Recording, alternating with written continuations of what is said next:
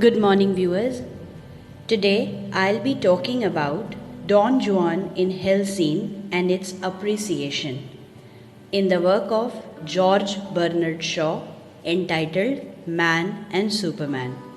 Before I begin, it is advisable that you keep a notebook and a pen so that you can jot down the important points pertaining to this particular topic. So here we begin.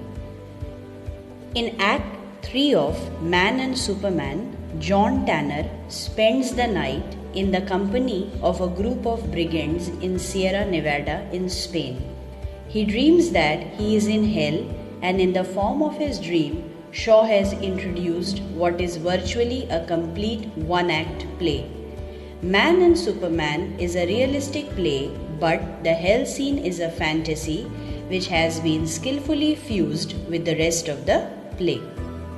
The scene has received considerable attention at the hands of critics, and it has been regarded as a measure of Shaw's technical skill. It is a very lengthy, talky scene, but Shaw has succeeded in making it as vital and interesting as action itself. Without this scene, Man and Superman is merely a comedy. The story of a marathon manhunt on the part of a woman, with this scene alone it attains the dignity of a philosophy.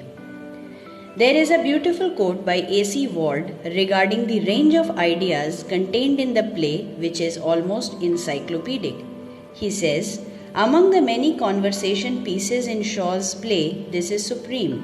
In sustained brilliance of argument, in paradox, and wit and humor, it is unsurpassed in dramatic literature. Yet, these are no more than its raw materials. The scene provides grand entertainment throughout. It is so extraordinarily exhilarating that it must have revealed to many for the first time in their lives that thinking is sometimes great fun."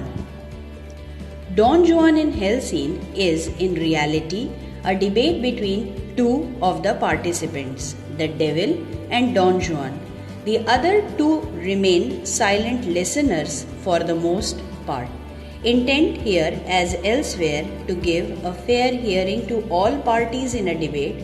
Shaw allows the devil a point of view and lends him a most eloquent tongue to express his devilish pessimism in opposition to Don Juan.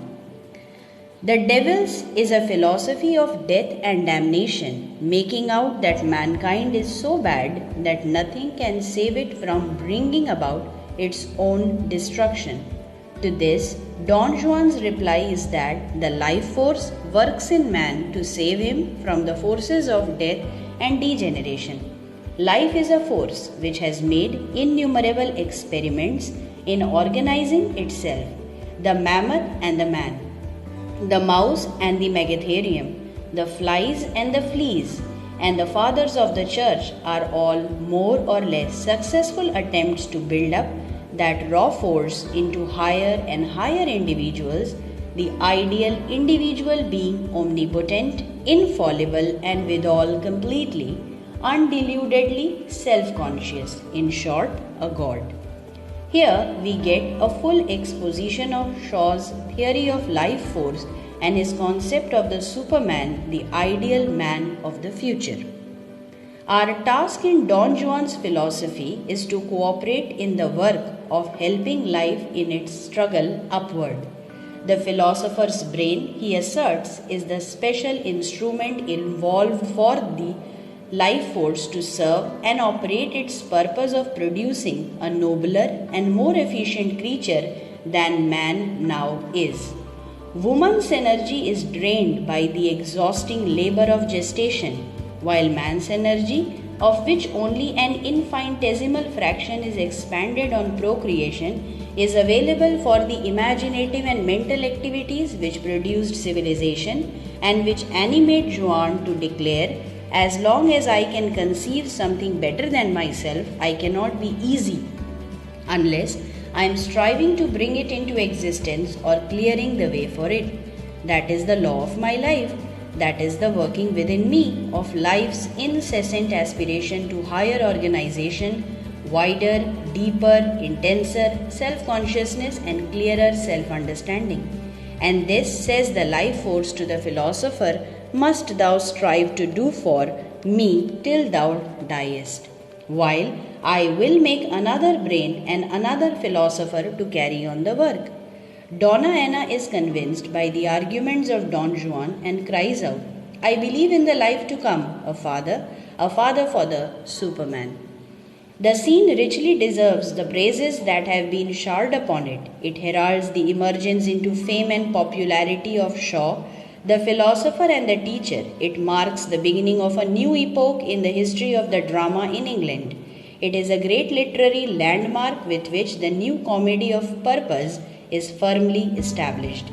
The scene represents a revolutionary advance in dramatic technique, for it is in this scene for the first time that such a long philosophical discussion is made to hold the audience spellbound. It revealed to encaptured audiences that even without murders, thrills, and sensations, drama can be made interesting and all-absorbing. Further, the scene is closely integrated with the main action. It may be regarded as a parody of debates and debaters in which the participants are the chief characters of the play. What happens in the dream of hell is that the talker who fails in the real realm where some actions are more effective than words succeeds in the realms where ideas are the weapons. It is an ironic reflection on the intellectual that having the right ideas ensures victory only in hell. So this is all about the mixture of realism and fantasy in Man and Superman through this historical scene of Don Juan. I hope this video proves to be of help to each one of you. Please mention in the comment section your observations or any other thing that you would like to mention about. I upload the literature content on Monday, Wednesday and Friday.